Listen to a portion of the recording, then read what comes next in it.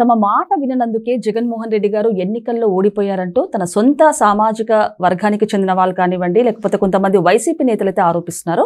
మరి దీని గురించి డిస్కస్ చేయడానికి మనతో పాటు సీనియర్ జర్నలిస్ట్ దుర్గా కుమార్ గారు ఇప్పుడు మనతో ఉన్నారు. నమస్తే సార్.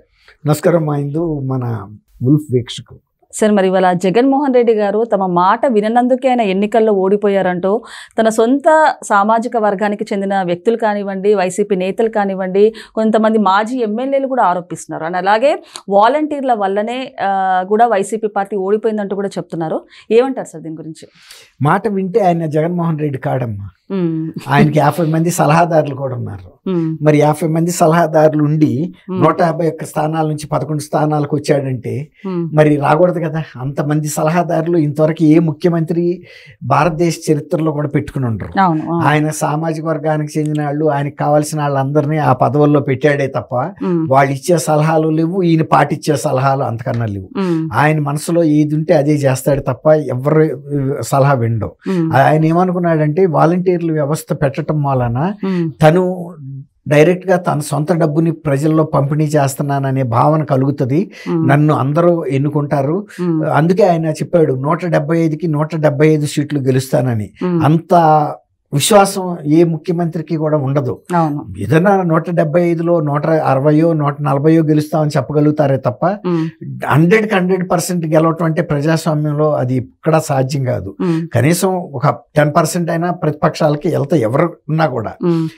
అది ఆయన అతి విశ్వాసం ఏంటంటే నేను వీళ్ళందరినీ ఎమ్మెల్యేలని, సర్పంచ్ల్ని, మండలాధ్యక్షులు వీళ్ళెవరితో సంబంధం లేకుండా నాకు ఒక డైరెక్ట్ నెట్వర్క్ నేనే పెట్టుకున్నాను. నా పార్టీ కార్యకర్తల్ని వాళ్ళు వెళ్ళి యాజ్ ఇఫ్ ఈయన ఇడుపులపై ఎస్టేట్ అమ్మి ఆ డబ్బుని పలానా సుబ్బయ్యకి, పలానా లక్ష్మయ్యకి, పలానా ఎల్లయ్యకి పంపిస్తున్నాడని చెప్పమని చెప్పి ఆ విధమైన ఒక పర్సనల్ ర్యాపో వాళ్ళతో వ్యక్తిగతంగా ఒక డైరెక్ట్ సంబంధం కలిగి ఉంటున్నాను. కాబట్టి వాళ్ళు కూడా ఏం చెప్పేవాళ్ళు అంటే, మేము రాత్రికి ఆయనతోనే మాట్లాడతాము, అడుగుతాడు జగన్మోహన్ రెడ్డి గారు పలానా ఎల్లయ్యకి వెళ్ళిందా మల్లయ్యకి వెళ్ళిందా అని మేము చెప్పాలి. కాబట్టి తాత ఇగో పట్టుకో అని పటోలు తీసి బిల్డప్ ఇచ్చారు. దీంతో ఆయన అనుకున్నది ఏంటంటే, ఇక ప్రజల్లో మంచి ఇది వెళ్ళిపోయింది, అందువల్ల ఇక నేను తప్ప ఇంకొకళ్ళు గెలిచే అవకాశం లేదు అనే ఒక భావనకు రావటానికి కూడా కారణమైంది ఆ వాలంటీర్ వ్యవస్థ. అయితే ఆ వాలంటీర్లు చాలా మంది వాళ్ళకి ఇచ్చినటువంటి అధికారాలని దుర్వినియోగం చేసి మహిళల పట్ల అంటే వాళ్ళని లొంగ తీసుకోవటానికి, వాళ్ళని బ్లాక్ మెయిల్ చేయడానికి, ఇతరత్ర పనులకు కూడా వాడుకున్నారు. ఏంటంటే మాకు జగన్మోహన్ రెడ్డితో డైరెక్ట్ ఇది ఉంది సంబంధం, రెండోది మీకు ఈ పెన్షన్లు రావాలన్నా, రేపు ఇళ్ల పథకాలు రావాలన్నా, లేకపోతే ఇళ్ళు రావాలన్నా, తర్వాత మీకు వైట్ కార్డులు రావాలన్నా, ఏదైనా సరే ప్రతిదీ కూడా మేము చేయగలం, కానీ మీరు మాకు ఏదో ఒక ఫేవర్ చేయాలి అన్నట్టుగా దుర్వినియోగం చేశారు. అది కూడా విలేజెస్ లో చాలా తేడా వచ్చింది. రెండోది వీళ్ళు గూఢచారులాగా వ్యవహరించారు. అంటే ఏ ఇంట్లో ఏ చిన్న విషయాలు జరిగినా కూడా అవన్నీ కూడా మాకు చెప్పాలి అనే ఒక ఇది సంపాదించారు వాళ్ళ మీద. ఇంట్లో ప్రైవసీ అంటే వాళ్ళ వ్యక్తిగత రహస్యాలని లేని పరిస్థితికి వచ్చింది. ఏ టైంలో పడితే ఆ టైంలో మహిళలు ఒంటరిగా ఉన్నప్పుడు కూడా ఇళ్లలోకి వెళ్ళిపోవటం, అంటే యాజ్ ఇఫ్ ఏదో పని మీద వెళ్ళినట్టుగా మగాళ్ళు లేని టైముల్లో ఈ విధంగా కూడా వాళ్ళు అధికారం దుర్వినియోగం చేశారనేది ఎమ్మెల్యేలకు అర్థమైంది. తర్వాత ఎమ్మెల్యేలు కూడా లెక్క చేయక్కర్లేదు, మీరు తహసీల్దార్ కానీ ఏదైనా మేము చెప్తే చేస్తారు, పోలీస్ స్టేషన్లో కూడా మా పరపతి ఉంది, ఇట్లా వీళ్ళు డైరెక్ట్ గా బిల్డప్. ఊళ్ళో సర్పంచ్ అనేవాడు నామమాత్రుడు అయిపోయాడు.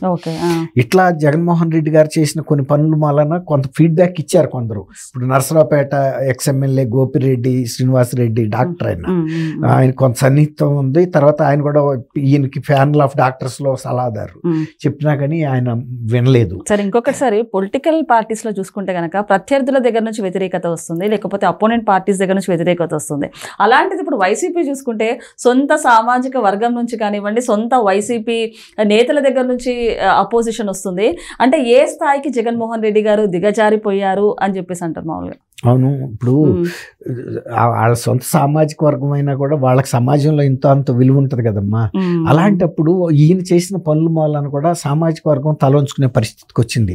ఏ ముఖ్యమంత్రి చేయలేనంత అవినీతి పనులు చేశాడు, అరాచక పనులు చేశాడు, దాష్టికాలు చేశాడు, దౌర్జన్యాలు చేశాడు. అది తలవంపులే కదా.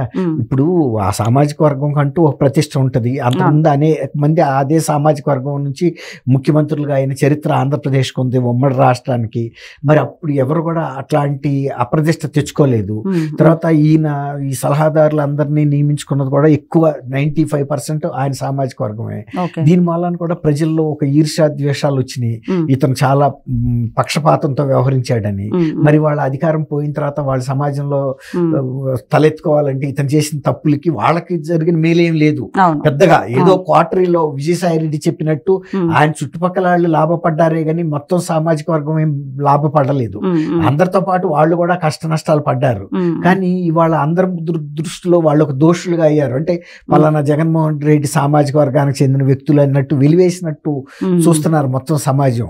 అది కొంచెం వాళ్ళకి అవమానకరంగా అనిపిస్తుంది. ఇతను చేసిన పనులు కూడా తల్లి చెల్లిని కూడా ఇట్లాంటి అన్యాయం చేయటం ఆర్థిక అంశాల్లో, తర్వాత ఇంత భారీ అవినీతి చేయటం, తర్వాత మద్యం కుంభకోణం, మద్యం మీద ఆదాయాన్ని చూపించి అప్పులు తీసుకురావటం, తర్వాత ఈ రాష్ట్రాన్ని అప్పుల పాలు చేయటం, తర్వాత ప్రగతిని దెబ్బతీయటం, పరిశ్రమలను తోలేసేయటం, అంటే కొన్ని ఇతర వర్గాలకు చెందిన పారిశ్రామికవేత్తల్ని పెట్టుబడిదారులను కూడా వేధించారు. తర్వాత వీళ్ళ ఎమ్మెల్యేలు కూడా కియా లాంటి కారు పరిశ్రమల్ని, అమర్ రాజా బ్యాటరీస్ని, తర్వాత అండర్వేర్ ఉంటుంది చూడండి, దాని పేరు ఏంటి, అక్కడ రాప్తాడి దగ్గర పెట్టున్నారు, దాని పేరు జాకీ అండర్ వేర్ అదయ్య పెద్ద ఫ్యాక్టరీ, అది మల్టీనేషనల్ కంపెనీ. అట్లా చాలా మందిని ఇబ్బంది పెట్టారు. లూ కంపెనీని, HSBC ఏదో ఒకటి సాఫ్ట్వేర్ కంపెనీ వైజాగ్ లో. ఇట్లా ప్రతి వాళ్ళని డబ్బుల కోసం వేధించి పెట్టుబడులు రానివ్వకుండా చేశారు. ఇవాళ అది వాళ్ళు పెట్టుబడిదారులు కూడా కొత్తగా వచ్చిన సీఎం కూటమి ప్రభుత్వం అడుగుతున్నారు, జగన్మోహన్ రెడ్డి వస్తే మా పరిస్థితి ఏంటి అని. ఆయన రాడు అని హామీ ఇచ్చి వీళ్ళు కన్విన్స్ చేయాల్సిన పరిస్థితి వచ్చింది.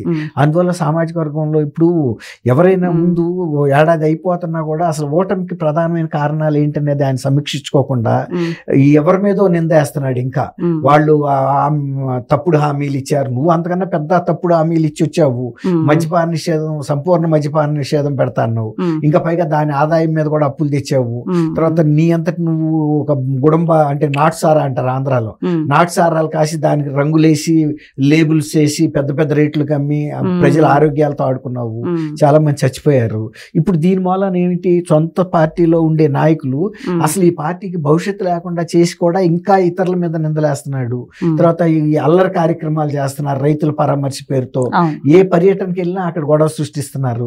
తర్వాత హెలిప్యాడ్లు కూడా ఆయన ఎక్కడికి వెళ్ళదలుచుకున్నాడో దగ్గరలో ఇస్తే వద్దంట, దూరంలో ఇవ్వాలి, మేము అక్కడ నుంచి పెద్ద ప్రొఫెషన్ గా రావాలి, ఒక 5 కిలోమీటర్లు 10 గంటలు ట్రావెల్ చేసుకుంటా వచ్చి హంగామాలు చేయాలి. ఇప్పుడు ఏదన్నా ఎలక్షన్ అప్పుడు రోడ్ షోలు చేస్తారు కానీ రైతులను పరామర్శించడానికో, ఎవరో చనిపోయినప్పుడు పరామర్శించడానికో, ఎవరో చనిపోయిన ఆయన విగ్రహావిష్కరణకో వెళ్ళి అక్కడ ఇలాంటి బీభత్సాలు చేయటం సమాజంలో ఎవరికైనా ఇబ్బందికరంగా అనిపిస్తుంది కదా, ఇబ్బెట్టుగా. అంటే కరెక్ట్ గా ఎక్కడికి వెళ్ళామో ఆ ప్రదేశంలో ఉన్న పరిస్థితిని బట్టి మనం ఒక సావుకి వెళ్ళాము, సావు దగ్గరికి వెళ్ళినప్పుడు ఒక విషాదవాదనంతో వెళ్ళాలి, అంతేగాని అవుట్లు పేల్చుకుంటా సంతోషాలతో సంబరాలు చేసుకుంటా గులాలు జల్లుకుంటా వెళ్ళరు కదా. అట్లా ఈయన ప్రవర్తన కొంచెం తేడాగా ఉందనేది వాళ్ళు నాయకులు ఆయన దృష్టికి తీసుకొస్తానికి ప్రయత్నిస్తున్నారు వాళ్ళ స్థాయిలో, కానీ ఆయన ఇనే పరిస్థితిలో లేడు. సార్ ఇంకొక ఫైనల్ క్వశ్చన్ సార్, అంటే అంతకుముందు చూసుకుంటే మనం అనుకున్నట్టు విజయసాయి రెడ్డి గారిని అయితే చెప్పకుండానే జగన్మోహన్ రెడ్డి గారి పేరు ఎక్కడ తీయకుండా లింకప్స్ అన్ని చెప్పారు లిక్కర్ స్కామ్ సంబంధించి. మరి ఇప్పుడు మళ్ళీ విజయసాయి రెడ్డి గారిని మళ్ళీ సిట్ విచారణ చేయబోతుంది. మళ్ళీ ఇప్పుడు జగన్మోహన్ రెడ్డి గారి పేరు చెప్పే ఛాన్స్ ఉందంటారా విజయసాయి రెడ్డి గారు? విజయసాయి రెడ్డి ఆయన పేరు చెప్పక్కర్లేదు, లింక్స్ ఎటు వెళ్తున్నాయో డైరెక్షన్ ఇట్లా దొంగని పట్టించక్కర్లా, వాళ్ళ దొంగ ఈ డైరెక్షన్ లో వెళ్ళాడని చెబితే పోలీసులు ఎటు వెళ్తారు కదా, అక్కడ దొరుకుతాడు కదా. అది పేరు చెప్పడు, ఇట్లా వెళ్ళాడని చెబుతాడు. అప్పుడు నేనే విధాన నిర్ణయం చేశామని చెప్పాడు కదా, మా ఇంట్లోనే జరిగింది, ఫలానా వ్యక్తులు, వాళ్ళు ఏమైనా విధాన నిర్ణయం చేయడానికి అర్హులా, వాళ్ళకి ఏమైనా సంబంధం ఉందా, వాళ్ళకి ఏమైనా అధికారం ఉందా? అక్కడే తెలిసిపోయిందిగా ఇది జగన్మోహన్ రెడ్డి చేసిన కుట్రని. ఇప్పుడు రేపు ఇంకా కొంచెం ఇంకా అడ్వాన్స్ గా చెబుతాడు ఎంత వసూలు అయినాయి, ఆ వసూళ్ళు ఎలా ఎవరెవరికి వెళ్ళి ఇవన్నీ చెప్తాడు. వాళ్ళు అడిగే ప్రశ్నలు బట్టి మీరు ఏదన్నా అడగండి నేను చెబుతానంటున్నాడుగా, అడిగేవాడిది ఆలస్యంగా చెప్పడానికి ఆయన రెడీగా ఉన్నాడు కాబట్టి డైరెక్షన్ అయితే చెబుతాడు. ఇప్పుడు సోచి చెప్తారు కదా పలానా దిక్కు వెళ్ళిపోయినాయి అని, అట్లా డైరెక్షన్ పలానా సాట వెళ్ళి ఎతకండి అంటాడు. Okay sir, thank you. Indu